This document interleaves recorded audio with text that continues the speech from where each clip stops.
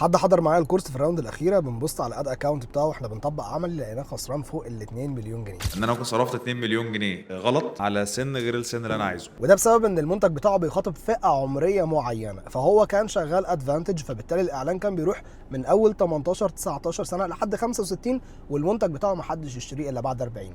هتقول لي طب ما هو لو هو النهارده اللي بيشتريه بعد 40 ممكن ابنه يشتريه له، او لو هي خدمه ابنه هو اللي يحجز له او يشترك له فيها. هقول لك الرساله التسويقيه نفسها اصلا كانت رايحه للحد الكبير مش للصغير، فبالتالي ال 2 مليون كانوا على الارض، وده باعتراف منه. المهم الحل بسيط جدا، لو انت النهارده عايز تشتغل ادفانتج وفي نفس الوقت ما تقعش في المشكله دي، كل اللي انت هتعمله هتدخل على سيت رولز وانت بتعمل اعلانك الممول، وتيجي عند الرولز بقى. هنا في كل ما لذ وطاب. انت حتى لو شغال ادفانتج ممكن تعمل رول معينه.